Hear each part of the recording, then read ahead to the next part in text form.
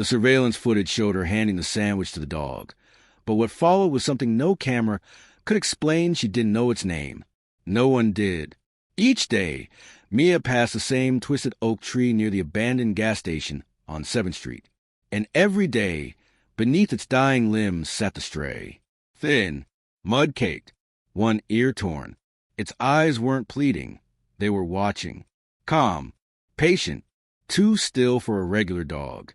Mia had always been told not to approach strays. But that day, her sandwich felt heavier than usual in her backpack.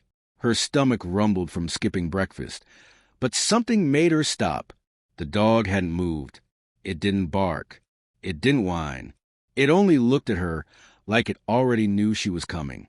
She sat down on the cold curb and pulled the sandwich from her bag.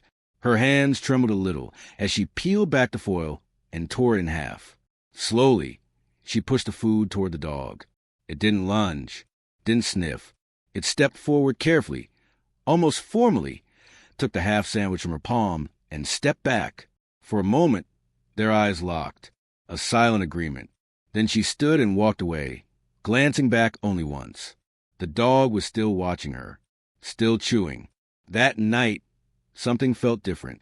Mia's mother swore she heard scratching at the front door around midnight. But when her father checked, no one was there, just paw prints in the dirt, large ones, deep, pressed into the earth like the animal had waited, not moving, not pacing, watching. The next morning, the dog was still there, sitting on the sidewalk across the street from their house, head upright, still, as if standing guard. Mia saw it through the window, before school. Her breath fogged up the glass as she stared back. She didn't tell her parents. Something about the dog felt private, like it had made a decision, and she didn't want to break it. What she didn't know was that something, or someone, had already tried to get in the house the night before. The police wouldn't find the scratch marks until the next day, but the dog already knew. And now it wasn't just a stray. It was stationed. It had chosen her. It wasn't until the next evening that things truly spiraled into the unknown. Mia had just gone to bed when her mother noticed something odd. The front door lock didn't feel right. It wobbled under her hand, like someone had forced it. She mentioned it to Mia's father, who brushed it off, blaming rust or wear. But deep down, a sense of unease settled in her stomach. The dog was still outside. Same position. Same eerie stillness. Sitting on the pavement across from the house, facing their door, like it was waiting or warning. That night, sometime between 2 and 3 a.m., something or someone approached their home. The family wouldn't hear a thing. No footsteps, no creaking hinges, no broken glass, just silence. But the next morning, when Mia's father opened the door to get the paper, he froze. Long, muddy footprints stained the porch. Not dog prints, human ones. A straight trail from the sidewalk to their front door. Then something stranger, a second trail, smeared off balance, retreating. That's when they checked the door more closely. The latch had been scratched, deeply, with something sharp. A knife, maybe. The doorknob had subtle fingerprints in dried mud. The air smelled of old sweat and steel. And across the street, the dog was no longer seated. It was lying in the grass, its shoulders streaked with blood, not its own. The wound was shallow, a clean slice, and next to it, something glinted in the morning light, a black folding knife. Dropped, open. They called the police. An officer reviewed the security footage from a front porch camera. The tape was silent, grainy, but what it showed made the hair on his arms rise. At exactly 2:42 a.m., a man in a dark hoodie crept into the frame. No mask, gloves on. He tested the knob, then pulled something from his pocket, a knife.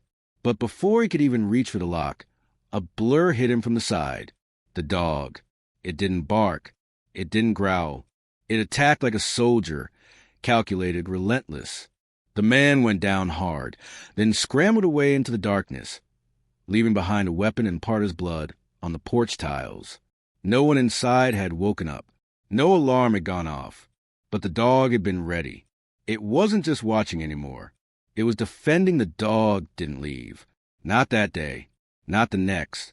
It remained across the street, silent and unmoving, as if it had taken a vow. The blood on its fur eventually faded. Its torn ear twitched when cars passed, but its eyes never strayed from Mia's front door. Neighbors noticed. Some thought it was dangerous. Others whispered it was a miracle. Mia simply watched from the window every day, pressing her forehead to glass, feeling something between protection and connection. The police officer came back 2 days later, not with questions, but with a story. He brought an old file and a photo. The image was aged, slightly faded, but unmistakable. The same dog, sitting beside a young man in uniform, AK-9 handler. The man's name was Officer Mark Landon, and his partner's name had been Shadow. 4 years ago, both had responded to a hostage call in a warehouse. Only one made it out alive. Shadow had dragged a wounded officer out of the fire, but Officer Landon had died from internal injuries in the hospital hours later. After that, Shadow disappeared, escaped from the kennel days later. No one ever found him. Until now. The officer looked Mia's parents dead in the eye and said, "There are at least 3 separate cases in the past 2 years where people reported a strange dog intervening during assaults, break-ins, or worse. No ID chip, no tag, but always the same description. Silent, strong, focused, and always protecting a child." He leaned forward. It never stayed after. But this time, it didn't leave. When asked why, Mia simply said, "I gave him my sandwich." The officer chuckled, then shook his head. "No, you gave him trust. That's rarer." The family tried to bring the dog inside. It wouldn't budge. They left water. It drank. They brought blankets. It lay beside them, not on them. It never crossed the threshold. It didn't need to. It had its post, its duty. Shadow wasn't just a stray. He was a memory, a promise, a protector bound to something higher than a leash. And every night, under the hum of the streetlight, he sat at attention, not barking, not howling, just watching, waiting, guarding the one girl who had treated him like he still mattered, like he was still something more than a ghost.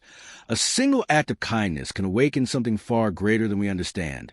Sometimes it can summon loyalty, protection, and even the unseen forces that walk beside us.